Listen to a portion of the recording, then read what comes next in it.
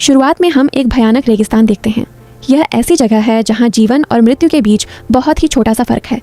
यहाँ उन लोगों को भेज दिया जाता है जो सामान्य समाज के लिए बेकार हो चुके हैं या इतने खतरनाक हैं कि उन्हें आम लोगों के साथ रखना संभव नहीं है। इस रेगिस्तान के एक तरफ कंफर्ट जोन है जहाँ रहने खाने समेत हर तरह की सुविधा मौजूद है, लेकिन इस चमक दमक के पीछे ऐसे रहस्य छिपे हैं जो किसी जहन्नुम से कम नहीं। दूसरी तरफ वे लोग हैं जो भूखमरी के कारण इंसानों का मांस खाने लगे हैं। उनके पास न खाना है न पीने का पानी, इसलिए जो भी उनके हाथ लगता है वे उसे मारकर खा जाते हैं, चाहे वह इंसान ही क्यों न हो। इसी विशाल रेगिस्तान में आज एक लड़की को छोड़ दिया जाता है जिसका नाम आर्लिन है। उसे यहाँ छोड़ने के लिए 2 पुलिस अधिकारी आते हैं क्योंकि उसने ऐसे अपराध किए हैं जिनकी कोई उचित सजा तय नहीं की जा सकती। इसलिए अब उसे अपनी बाकी जिंदगी इस दीवार के दूसरी तरफ बितानी होगी।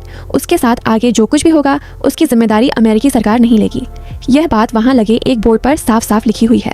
अब आर्लिन पूरी तरह अपने भरोसे पर है। उसके पास एक कागज है जिस पर लिखा है फाइंड द कम्फर्ट। वह इस विशाल और सुनसान रेगिस्तान में अकेली आगे बढ़ती रहती है। दूर दूर तक कोई दिखाई नहीं देता, फिर भी वह उम्मीद के सहारे चलती रहती है। कुछ समय बाद उसे एक दुर्घटनाग्रस्त कार दिखाई देती है। वह उसके अंदर थोड़ा आराम करने का फैसला करती है। कब उसकी आंख लग जाती है उसे खुद भी पता नहीं चलता। अचानक किसी आवाज से उसकी नींद टूट जाती है। वह देखती है कि कुछ अजनबी लोग हथियार लेकर उसकी ओर बढ़ रहे हैं। उनके चेहरों पर साफ साफ क्रूरता दिखाई देती है। आर्लिन भागने की कोशिश करती है, लेकिन वे लोग उसे पकड़ लेते हैं और मारकर बेहोश कर देते हैं। जब उसे होश आता है तो वह खुद को हाथ पैर बंधे हुए पाती है। आसपास देखकर उसे समझ आता है कि उसे एक दुर्घटनाग्रस्त हवाई जहाज के अंदर कैद करके रखा गया है। वहाँ एक महिला आती है जो बिना किसी हिचकिचाहट के आर्लिन के हाथ पैर काट देती है और फिर उन्हें अपना नाश्ता बना लेती है। हाँ, आपने सही सुना, नाश्ता, क्योंकि ये वही लोग हैं जिनके बारे में शुरुआत में बताया गया था, यानी नरभक्षी कैनिबल्स। असहनीय दर्द के कारण आर्लिन फिर से बेहोश हो जाती है, लेकिन किसी को भी उस पर जरा सी दया नहीं आती। इसके बाद हम इस पूरे नरभक्षी परिवार को देखते हैं जिसकी संख्या काफ़ी बड़ी है। वे अपनी फिटनेस का बहुत ध्यान रखते हैं, लेकिन साथ ही लोगों को कैद करके रखते हैं ताकि उनके खाने की कभी कमी ना हो।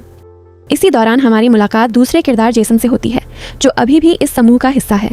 जेसन का एक छोटा परिवार भी है जिसके साथ आगे बहुत कुछ होने वाला है। दूसरी ओर यहाँ से कंफर्ट जोन दिखाई देता है। वहाँ की जिंदगी बिल्कुल उलट है। हर तरह की सुविधा मौजूद है, खाने के लिए भरपूर भोजन और पीने के लिए साफ पानी। कुल मिलाकर वहाँ किसी चीज़ की कमी नहीं है। उधर आर्लिन को एहसास होता है कि उसे एक अंधेरी कोठरी जैसी जगह में बंद करके रखा गया है, जो शायद उन लोगों का स्टोर रूम है। तभी वह ऊपर से किसी की दिल दहला देने वाली चीख सुनाई देती है। वह आवाज़ सुनकर आर्लिन इतना डर जाती है कि भय के कारण अपने शरीर पर ही नियंत्रण खो बैठती है। अगले दिन वह महिला उसे लेने आती है। आर्लिन के शरीर पर गंदगी देखकर उसे घिन आने लगती है और वह पीछे हट जाती है, लेकिन खाना तो उन्हें खाना ही है, इसलिए वह पानी लाने चली जाती है। इसी दौरान आर्लिन वहाँ पड़ा एक लोहे का सरिया चुपचाप अपने पास छिपा लेती है। जैसे ही वह महिला वापस आती है, आर्लिन उस पर जोरदार हमला कर देती है और उसे मार डालती है। यह सब एक अन्य कैदी देख लेता है, लेकिन वह कुछ कह नहीं पाता क्योंकि इन लोगों ने उसी सुबह उसकी जीभ नाश्ते में खा ली थी। इसके बाद आर्लिन वहाँ से एक स्केटबोर्ड चुरा लेती है और अपनी जान बचाकर भाग निकलती है। वह स्केटबोर्ड पर लेटकर काफ़ी दूर तक चली जाती है, लेकिन ज़्यादा देर तक नहीं। वह पूरी तरह थक चुकी होती है और आखिरकार वहीं रुक जाती है। तभी एक बूढ़ा आदमी उसके पास आता है जिसके हाथ में एक ट्रॉली होती है। वह आर्लिन को ट्रॉली में बैठाकर खींचते हुए कंफर्ट जोन के गेट तक ले जाता है। दरअसल वह आदमी बहुत बूढ़ा है, इसलिए अभी तक आज़ाद घूम रहा है। अगर वह जवान होता तो शायद अब तक किसी की थाली में परोसा जा चुका होता।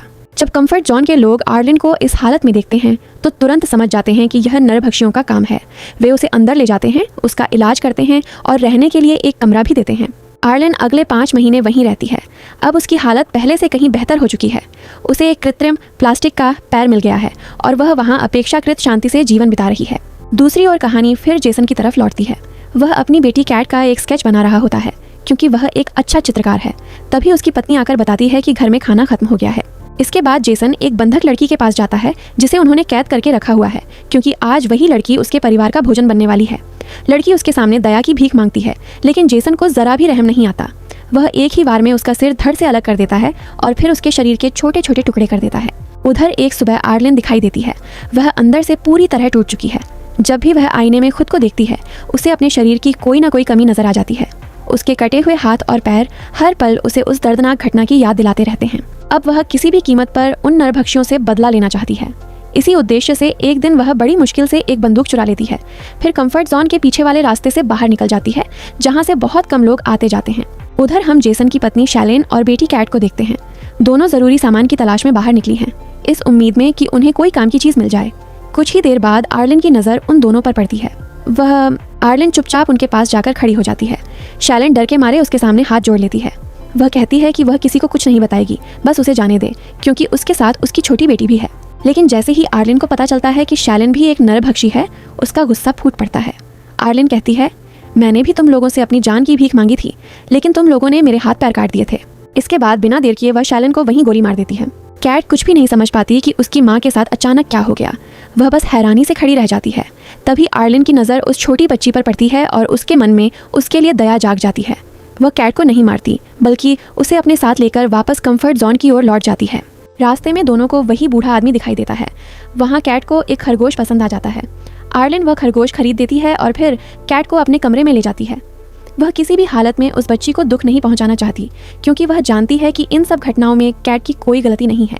दूसरी ओर बहुत देर तक इंतजार करने के बाद जेसन अपने घर से बाहर निकलता है। उसकी पत्नी और बेटी अभी तक वापस नहीं आई हैं। वह उन्हें खोजने के लिए इधर उधर भटकने लगता है। तभी उसकी नज़र एक कूड़ेदान पर पड़ती है, जहां उसकी पत्नी की लाश पड़ी होती है और कौवे उसे नोच नोच कर खा रहे होते हैं। यह दृश्य देखकर जेसन तुरंत समझ जाता है कि यह किसी ऐसे गिरोह का काम है जो बच्चों की तस्करी करता है। उसी समय उसकी नज़र उस बूढ़े आदमी पर पड़ती है। जेसन उसके पास जाता है, अपनी बेटी कैट की तस्वीर दिखाता है और पूछता है कि क्या उसने उसे कहीं देखा है। बूढ़ा आदमी जवाब देता है, हाँ, लेकिन एक शर्त पर। जेसन पूछता है, क्या शर्त? बूढ़ा आदमी कहता है, तुम्हें मेरी एक तस्वीर स्केच बनानी होगी, तभी मैं बताऊंगा कि तुम्हारी बेटी कहाँ है। यह सुनकर जेसन बहुत गुस्सा हो जाता है, लेकिन वह मजबूर होता है, इसलिए वहीं बैठकर बूढ़े आदमी का स्केच बना देता है। इसके बाद बूढ़ा आदमी उस कागज पर एक शब्द लिखता है, कंफर्ट जोन। यह देखते ही जेसन समझ जाता है कि उसकी बेटी कहाँ है। उधर आर्लिन कैट को लेकर एक क्लब में जाती है। उसी समय कंफर्ट जोन के सबसे अमीर आदमी की एक बड़ी पार्टी चल रही थी। इस पार्टी का मालिक जॉन था। जॉन पूरे इलाके में एक नशीला पाउडर सप्लाई करता था। उसी पाउडर से एक टैबलेट बनाई जाती थी, जिसे खाने के बाद इंसान मानो किसी दूसरी दुनिया में पहुंच जाता था। आर्लिन भी वह टैबलेट ले लेती है। इसी दौरान हम कैट को देखते हैं। उसके हाथ से उसका खरगोश छूट जाता है और वह उसे पकड़ने के लिए उसके पीछे भागती है। तभी जॉन की नज़र उस पर पड़ती है। वह कैट को अपने साथ अंदर ले जाता है। दरअसल जॉन पूरे इलाके का मेयर है, इसलिए वहाँ मौजूद किसी भी व्यक्ति में उसे रोकने की हिम्मत नहीं होती। उधर आर्लिन पर उस नशीले पदार्थ का असर शुरू हो जाता है। उसके आसपास की दुनिया उसे बहुत खूबसूरत लगने लगती है, लेकिन इसके बावजूद वह कैट को ढूंढती रहती है। नशे की हालत में वह उसे खोजते खोजते पार्टी से बाहर निकल जाती है और चलते चलते इतनी दूर पहुंच जाती है कि उसे खुद भी इसका एहसास नहीं होता। उसे यह भी पता नहीं चलता कि ठीक उसके पीछे जेसन खड़ा है। अगली सुबह जब उसकी आंख खुलती है तो वह देखती है कि जेसन उसके सामने खड़ा है। जेसन के हाथ में उसका कृत्रिम पैर है, जिसके बिना वह ठीक से चल नहीं सकती। जेसन उसे अपनी बेटी कैट का स्केच दिखाता है और पूछता है कि क्या उसने इस बच्ची को कहीं देखा है। डर के कारण आर्लिन झूठ बोल देती है कि उसने उसे कहीं नहीं देखा। वह झूठ इसलिए बोलती है क्योंकि उसे पता है कि अगर जेसन को सच्चाई मालूम हो गई तो वह उसे जिंदा नहीं छोड़ेगा। लेकिन जेसन को भी आर्लिन की जरूरत होती है। कंफर्ट जोन के आसपास कोई भी बाहरी व्यक्ति दिखाई दे जाए तो उसे तुरंत गोली मार दी जाती है। इसलिए जेसन आर्लिन के सामने एक सौदा रखता है। वह कहता है, मैं तुम्हें सुरक्षित हालत में कंफर्ट जोन के अंदर पहुंचा दूंगा और तुम्हें कोई नुकसान नहीं पहुंचाऊंगा। बदले में तुम अंदर जाकर मेरी बेटी कैट को ढूंढकर मेरे पास ले आओगी। वह उसे साफ चेतावनी भी देता है, अगर तुमने जरा भी चालाकी की तो मैं तुम्हें दुनिया के किसी भी कोने से ढूंढ निकालूंगा और फिर तुम्हारे टुकड़े टुकड़े करके खा जाऊंगा। मजबूर होकर आर्लिन इस सौदे को मान लेती है, क्योंकि वह कंफर्ट जोन से बहुत दूर आ चुकी है और अकेले वापस जाना उसके लिए बेहद खतरनाक है। कुछ दूर आगे बढ़ने पर उन्हें एक आदमी मिलता है जो उसी नरभक्षी कबीले का सदस्य होता है। वह जेसन से कहता है, इस लड़की का पैर मुझे दे दो, बदले में मैं तुम्हें पेट्रोल दूंगा। जेसन इस प्रस्ताव को ठुकरा देता है, क्योंकि अगर वह ऐसा करता है तो वह अपनी बेटी को कभी नहीं ढूंढ पाएगा। यह सुनकर वह आदमी कहता है, मुझे बहुत भूख लगी है, मैं इस लड़की को तो ले ही जाऊंगा, अगर रोकना है तो मुझसे लड़ो। तभी अचानक हालात बदल जाते हैं। ऐसा लगता है कि जेसन आर्लिन को उसके हवाले कर देता है और पेट्रोल लेकर वहां से जाने लगता है। आर्लिन चीखती चिल्लाती है, लेकिन किसी को उसकी परवाह नहीं होती। जैसे ही वह नरभक्षी आदमी पीछे मुड़ता है, जेसन अचानक पीछे से आकर उस पर चाकू से हमला कर देता है। वह आदमी वहीं गिर पड़ता है। इसके बाद जेसन उसका हाथ काट लेता है। अब दोनों फिर अपनी यात्रा जारी रखते हैं, लेकिन तभी वहाँ एक भयंकर रेत का तूफान आ जाता है। मजबूर होकर दोनों एक तंबू लगाकर वहीं रुक जाते हैं। धीरे धीरे तूफान शांत होने लगता है, लेकिन तब तक चारों ओर अंधेरा छा चुका था, इसलिए दोनों वहीं रात बिताने का फैसला करते हैं। जेसन उस मरे हुए आदमी का हाथ पकाकर खाता है और वही आर्लिन को भी देता है। रात के दौरान दोनों के बीच काफ़ी बातें होती हैं। वे एक दूसरे को बेहतर तरीके से जानने की कोशिश करते हैं। जेसन बताता है कि जब वह 16 साल का था तब वह सीमा पार करके अमेरिका आया था, लेकिन बॉर्डर पर उसे पकड़ लिया गया क्योंकि वह गैरकानूनी तरीके से देश में घुसा था। तभी से उसे इस इलाके में रहने के लिए मजबूर होना पड़ा। दूसरी ओर आर्लिन अपनी कहानी सुनाती है। वह पहले नेशनल सिक्योरिटी एजेंसी NSA में काम करती थी, लेकिन उसे दुश्मन देश के एक व्यक्ति से प्यार हो गया। उसने उसे कुछ गुप्त जानकारियां दे दी। जब अमेरिका को उसकी इस गद्दारी के बारे में पता चला तो उसे पकड़कर इस रेगिस्तान में छोड़ दिया गया। एक दूसरे की बातें सुनते सुनते दोनों काफी करीब आ जाते हैं, लेकिन तभी पीछे से अचानक एक गोली चलती है। वह गोली सीधे जेसन को लगती है और वह वहीं जमीन पर गिर पड़ता है। कुछ लोग अचानक वहां पहुंच जाते हैं। दरअसल वे कंफर्ट जोन के लोग होते हैं। वे आर्लिन को अपने साथ ले जाते हैं और वापस कंफर्ट जोन पहुंचा देते हैं। लेकिन अब आर्लिन का मन वहां बिल्कुल नहीं लगता। वह जेसन को उस हालत में छोड़कर नहीं आना चाहती थी, इसलिए वह एक कठिन फैसला लेती है और फिर उसी जगह लौटती है जहां उसने जेसन के साथ वह शाम बिताई थी। वहां उसे जेसन की स्केचबुक मिलती है जिसमें उसकी बेटी कैट की कई तस्वीरें बनी हुई थीं। उन्हें देखकर आर्लिन टूट जाती है। उसे एहसास होता है कि कैट के खो जाने की वजह कहीं ना कहीं वही खुद भी है। अब वह तय कर लेती है कि चाहे कुछ भी करना पड़े वह कैट को ढूंढ कर रहेगी। वह फिर से कंफर्ट जोन लौटती है और सभी से कैट के बारे में पूछताछ करती है, लेकिन किसी के पास उस बच्ची के बारे में कोई जानकारी नहीं होती। उधर वह बूढ़ा आदमी आसमान में उड़ते कुछ कौवों को देखता है। उसे शक होता है कि शायद वहां कोई जानवर मरा पड़ा है। वह दौड़कर वहां पहुंचता है, लेकिन वहां उसे जेसन बेहोशी की हालत में मिलता है। जेसन को बचाने के लिए वह एक कौवा पकड़ता है और उसे खिलाता है ताकि उसके शरीर में थोड़ी ताकत वापस आ सके। इधर आर्लिन उदास होकर अकेली बैठी रहती है। उसे समझ नहीं आता कि अब आगे क्या करे। तभी उसकी नज़र जॉन के महल पर पड़ती है। वहां से कुछ महिलाएं बाहर निकलती हैं और उनके बीच उसे कैट भी दिखाई देती है। उस समय आर्लिन कोई कदम नहीं उठाती। दूसरी तरफ बूढ़े आदमी की मदद से जेसन अब काफी हद तक ठीक हो चुका होता है। वह उसे धन्यवाद देता है और फिर अपनी बेटी की तलाश में निकल पड़ता है।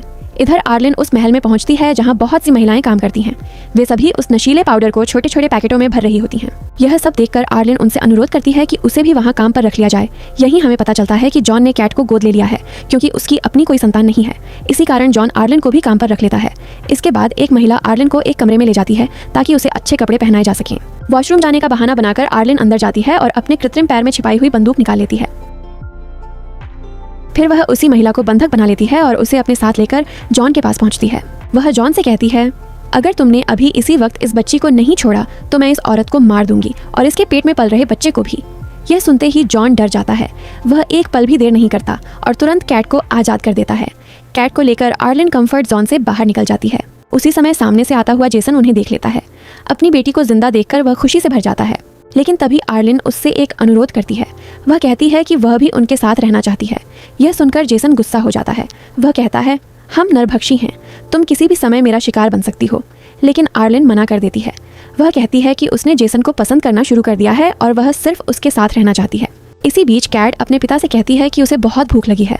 मजबूर होकर जेसन कैट के पालतू खरगोश को पकाकर उसे खिला देता है। यह देखकर आर्लिन की आंखों में आंसू आ जाते हैं, लेकिन यही उस दुनिया की सच्चाई है। अब जेसन आर्लिन को स्वीकार कर चुका है, यानी अब वे तीनों एक परिवार बन चुके हैं। लेकिन यह परिवार कितने दिन तक साथ रहेगा यह कोई नहीं जानता, क्योंकि उस निर्दयी दुनिया में कब कौन किसका भोजन बन जाए कोई नहीं कह सकता।